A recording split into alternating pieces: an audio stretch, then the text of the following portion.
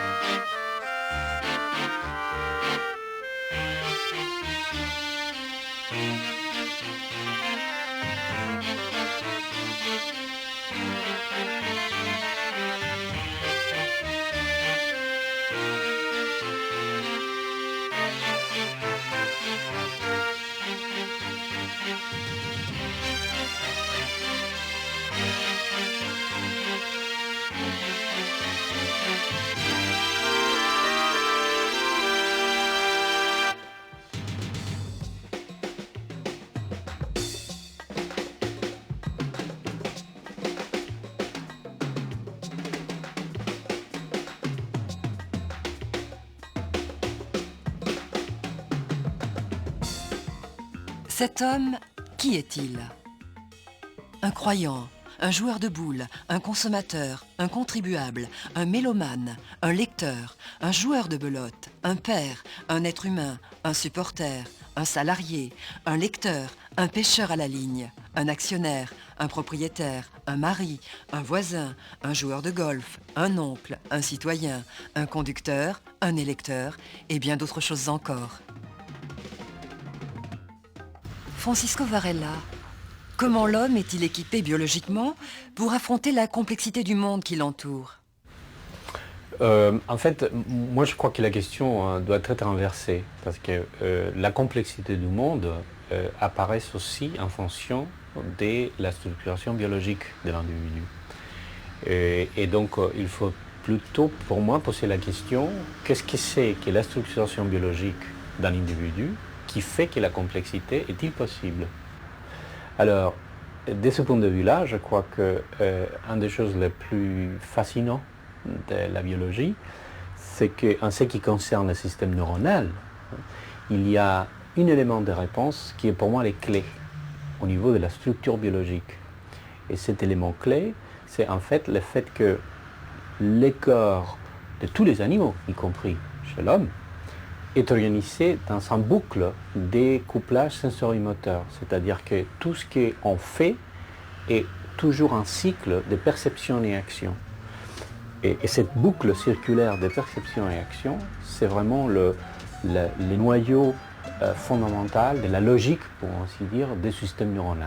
À partir de l'origine de la vie neuronale, donc à partir des éponges et des animaux élémentaires, jusqu'aux animaux comme les vertébrés et l'homme, avec un cerveau très complexe. Mais la logique du système neuronal est commune à tous les animaux, et c'est cette boucle sensorimoteur. Peut-on résumer l'histoire, phylogénèse et ontogénèse, de nos différents couplages avec l'environnement? Peut-on trouver des mots-clés qui représentent ces interactions, ce couplage? Et effectivement, je crois que le mot couplage, c'est un mot-clé. C'est-à-dire que vous l'avez utilisé déjà, c'est pour moi les bons mots. C'est-à-dire, si on reprend ce que je disais tout à l'heure, qu'il y a cette logique fondamentale du système neuronal, c'est-à-dire la boucle des perceptions et actions, c'est cette boucle qui fait les couplages. C'est-à-dire, c'est à partir de cette boucle qu'on se couple avec ce qu'on appelle l'environnement. Et dans ce couplage, et à partir de cette logique circulaire, c'est qui émerge donc toute la complexité du monde. L'histoire, la phylogénèse, l'histoire de la vie, ce n'est qu'une seule chose, c'est des variations, disons comme on dirait un musicien de jazz, des variations sur ce thème fondamental où à l'intérieur de cette boucle sensorimoteur, il y a des éléments différents, il y a des bricolages de ces structures neuronales, on ajoute des composantes, on change de module, et donc ça fait une espèce de diversité des interprètes, pour ainsi dire, du même thème fondamental qui est cette boucle et son couplage. Donc je crois que les deux mots-clés sont d'une part la boucle sensorimoteur, d'autre part qu'il y a un couplage.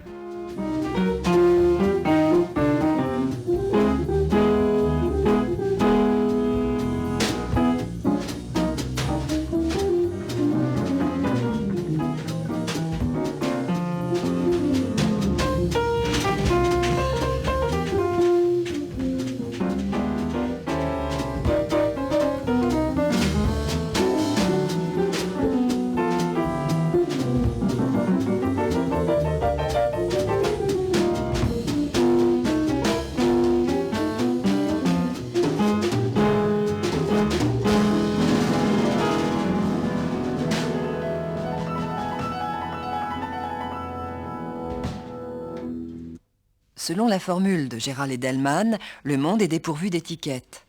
Mais nous ne cessons d'étiqueter, de catégoriser, de classer les objets, les autres et nous-mêmes. Quelle est donc cette fonction organisatrice de notre cerveau par laquelle nous mettons ou nous croyons mettre de l'ordre ou de la continuité dans le monde qui nous entoure? Moi-même, je me sens très aligné avec ces formules d'Edelman. D'ailleurs, il y a beaucoup de temps déjà que j'avais essayé de dire la même chose en disant qu'il n'y a pas d'information. C'est-à-dire il n'y a pas d'étiquette, dans le sens que le monde ne se présente pas comme déjà porteur des significations qu'on acquiert comme un espèce de système informatique de type ordinateur. Ces étiquettes ne viennent pas avec le monde, pour ainsi dire. Ils émergent au long d'une histoire. Et c'est une histoire qui est, d'une part, une histoire biologique, phylogénétique, c'est-à-dire que le fait que mon corps a une histoire qui remonte à millions d'années, et donc j'ai une structure qui me prédispose à un certain type d'étiquettes, par exemple de formes, de couleurs, de trois-dimensionnalités, etc. Ce sont des choses qui sont typiquement primates. Et d'autre part, il y a l'histoire ontogénétique, c'est-à-dire de l'individu même, l'individu en tant qu'histoire personnelle. Donc ça fait une double couche des étiquettes universelles de l'espèce et individuelles de l'histoire de l'individu même. Quelles sont les valeurs? Quel est le moteur qui préside à notre désir de catégoriser? Je crois que peut-être qu'il faudrait poser la question dans le sens suivant. Étant donné que l'histoire de la vie a construit le système neuronal avec cette activité unique qui est la constitution de signification à travers de l'histoire, donc la stabilisation des régularités, comme on disait tout à l'heure. Donc on peut dire, et ça c'est quelque chose que je tiens beaucoup, c'est que en fait, inséré dans cette histoire du système neuronal, il y a véritablement un vrai désir de stabiliser le monde, une passion de constituer des significations. Je dirais que c'est la fonction désirante la plus fondamentale qu'on partage avec tous les animaux d'ailleurs, et qui est à la base de quelque chose qui apparaissent dans la conscience humaine de plusieurs façons. Mais cette espèce de passion pour la signification, donc, est quelque chose qui est inséré dans la structure même de la vie. Donc ça n'étonne pas que n'importe quel couplage va donner suite à l'apparition d'une signification, à l'apparition d'un monde. C'est-à-dire que le système neuronal va toujours inventer un monde. Alors, reste évidemment à distinguer si ce couplage est plus ou moins réussi. Ça, c'est une autre histoire. Mais du point de vue du système, il va toujours vous donner une étiquette, un classement, une signification. Et l'imaginaire? L'imaginaire n'est pas quelque chose qui apparaisse comme ça dans l'histoire de l'humanité, comme si c'était une invention des langages ou une invention de l'histoire. L'imaginaire en tant que fonction fondamentale, il est déjà bel et bien inséré dans cette logique fondamentale du corps, du système neuronal, du couplage sensorimoteur. Un exemple, notre système visuel. On dit couramment que l'image d'un objet se forme sur la rétine, puis que celle-ci est projetée sur un centre appelé corps genouillé latéral, pour parvenir enfin au cortex visuel où l'information est traitée. Mais cette approche ne tient pas compte de l'anatomie fondamentale du système visuel. Entre la rétine et le cortex, le corps genouillé latéral joue le rôle de relais qui reçoit de nombreuses connexions qu'on évalue à plus de 80% en provenance de différentes parties du cerveau et en particulier du cortex visuel, l'endroit même où l'activité visuelle est en train de s'élaborer. Plusieurs régions du cerveau sont donc concernées par le phénomène visuel. La rétine n'est qu'une voix ajoutée à d'autres voix dans une discussion familiale animée à laquelle plusieurs membres de la famille contribuent. Comment pouvons-nous reconnaître un nombre illimité d'objets nouveaux alors que nous ne sommes confrontés qu'à un nombre limité d'objets ou d'événements ? D'abord, il faut se rappeler qu'il n'y a pas des événements d'objets qui en rencontrent. On en savait bien mis d'accord que en fait, les objets, les événements surgissent, sont construits, sont organisés au cours d'une histoire. Il y a 3 moments stellaires dans l'histoire de la connaissance. On a déjà parlé des premières, que c'est l'invention du système neuronal comme cette boucle sensorimoteur qui permet l'émergence de signification. Ça, c'est, si vous voulez, l'événement fondateur, universel à tous les êtres qui connaissent. Mais puis, il y a un autre événement qui est probablement de grande importance, pas probablement, c'est certainement de grande importance, c'est le fait que dans les groupes, surtout chez les mammifères, il y a une transformation de la manière comme le système neuronal fonctionne qui permet une chose fondamentale, qui est la modification structurelle du système même au cours de l'histoire. Or, quelle est la conséquence des modifications structurelles? C'est que vous n'avez jamais le même mode de couplage. Cette modification, cette capacité de plasticité historique n'est pas universelle. Vous voyez, les insectes, par exemple, sont l'exemple le plus fondamental des êtres qui, en gros, enfin, il y a des petites nuances, mais en gros, ils ne sont pas du tout des plasticités. C'est-à-dire, ils ont une histoire phylogénétique qui les donne un certain nombre de significations et catégories, et puis c'est tout. Ils subissent aucune transformation structurelle profonde. Il y a des exceptions, mais en gros, c'est comme ça. C'est-à-dire, un cafard américain et un cafard français, ils se ressemblent terriblement. Tandis qu'un chien français et un chien américain, c'est pas la même chose. On n'est pas parlé d'un enfant.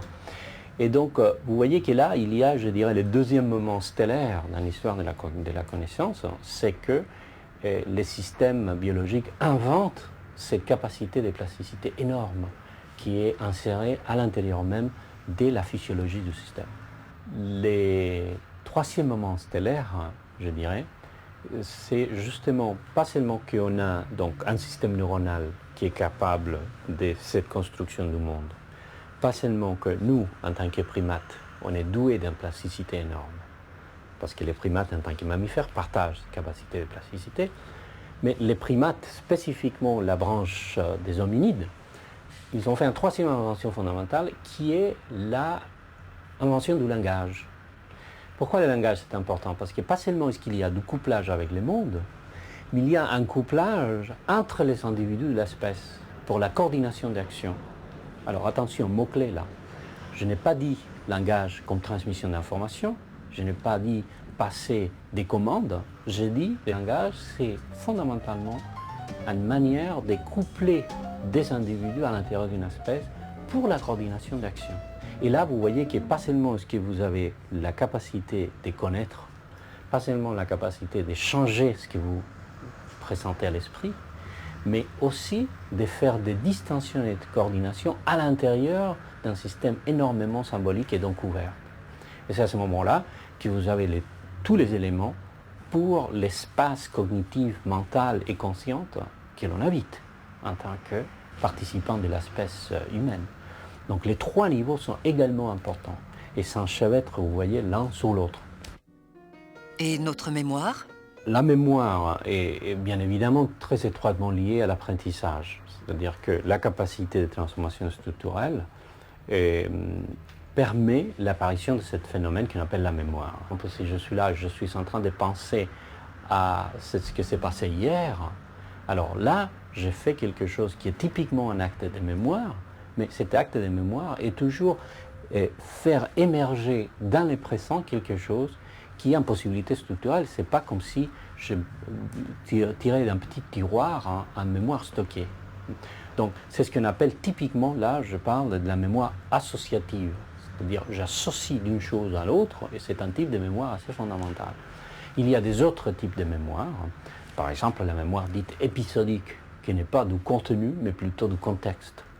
Tout ça sont des types de mémoire qui sont associés à l'évolution du cerveau. Mais en gros, ce que l'on peut dire de la mémoire, c'est que c'est pour moi la manifestation dans les présentes de la capacité de modification structurelle qui est donnée ou faite possible par la plasticité, la capacité d'apprentissage.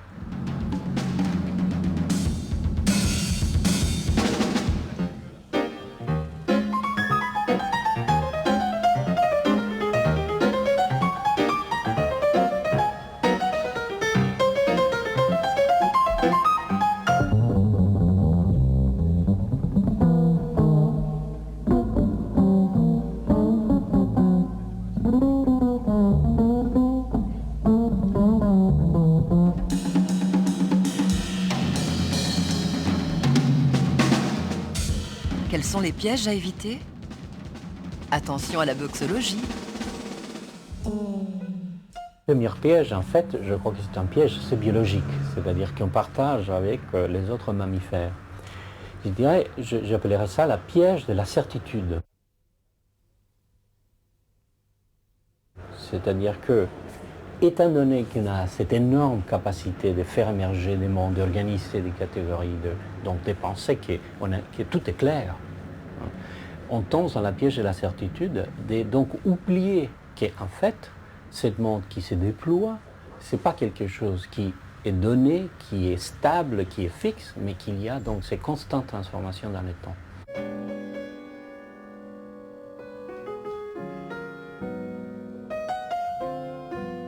Et là encore, je dirais, c'est la piège qui est enracinée dans ce désir d'organisation, désir de stabiliser. Le système neuronal ne désire pas changer. S'il peut éviter les changements, dans un certain sens, il va l'éviter. Je crois que chez l'homme, la piège de la certitude est la racine d'énormément de mal. Entre autres choses, aujourd'hui, je dirais tout ce qui a à voir avec le dogmatisme et l'inflexibilité dans un monde qui est énormément flexible, fluide aujourd'hui.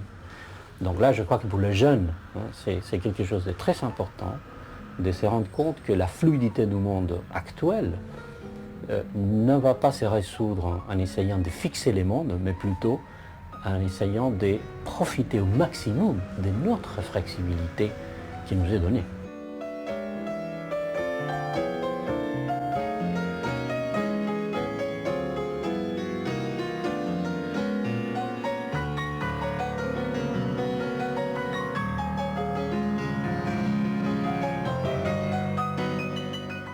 Deuxième piège, c'est un piège beaucoup plus typique de l'homme parce que c'est associé au langage. C'est la piège, je dirais, de penser que la rationalité et l'émotionnalité, ce sont des choses distantes et séparées. Il y a toujours un mélange inséparable, ce que j'appelle maintenant l'émotionnel, c'est-à-dire toute la posture structurelle d'un corps qui comporte donc tous les niveaux corporel et émotionnel et hormonal, etc. etc. Et donc, c'est impossible de penser que cette rationalité est séparée ou séparable de ce contenu émotionnel.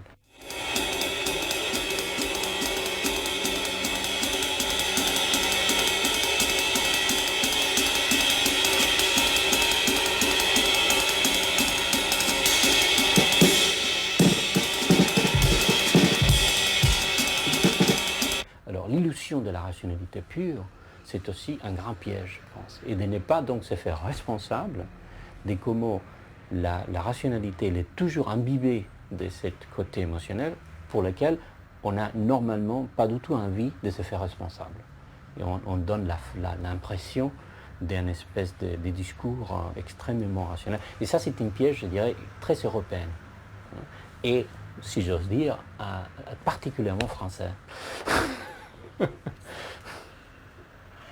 Que faut-il enseigner, en tout premier lieu, quel que soit l'âge et la culture à laquelle nous appartenons, pour que soit mise en place une éducation véritablement fondatrice? Quelle est pour moi la réponse qu'on doit aux jeunes de la part du système éducationnel? C'est que le système éducationnel, lui aussi, il change et qui favorise justement pas tellement les contenus, qui est quelque chose de dur quand même dans le système éducationnel français, et qu'on favorise beaucoup plus la capacité de cultiver, j'utilise les mots avec précision là, les mots cultiver, les capacités de flexibilisation, c'est-à-dire d'apprendre comment changer plutôt que comment savoir X ou Y.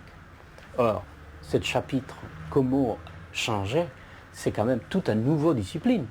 Ce sont sans doute des méthodes, des approches, des exercices, des méthodes didactiques qui ne sont pas du tout les mêmes que pour transmettre et éduquer dans un contenu quelconque. Changer, cultiver nos capacités de flexibilité, oui, mais comment? Il y a beaucoup à apprendre de la façon dont notre cerveau est organisé. Il est à la fois un généraliste et un spécialiste. À la fois, il contrôle et il exécute. À la fois, il planifie, pilote, régule, évalue, fait des hypothèses, imagine et invente. Le secret de notre cerveau est surtout son immense capacité de connectivité. C'est précisément le surplus de main-d'œuvre qui va lui permettre de fonctionner de façon probabiliste et d'échapper ainsi au déterminisme dans lequel il risque de s'enfermer précisément par manque de souplesse. Le fonctionnement neuronal nous donne l'exemple d'un comportement qui privilégie l'initiative sur la passivité, l'ouverture d'esprit sur l'étroitesse, la collaboration sur la concurrence, la souplesse sur la rigidité, l'autonomie sur la dépendance, le questionnement sur la croyance autoritaire.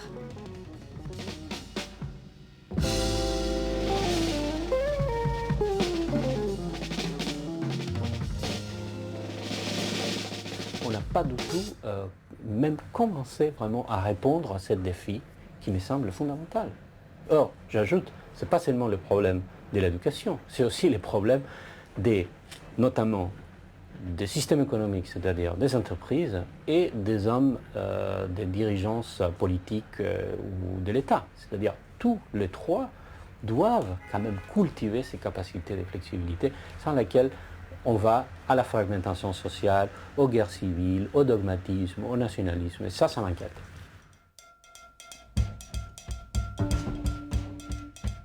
Cultiver nos capacités de flexibilité, ce n'est pas seulement un problème d'éducation. C'est aussi le problème du système économique, des entreprises, des hommes politiques ou de l'État.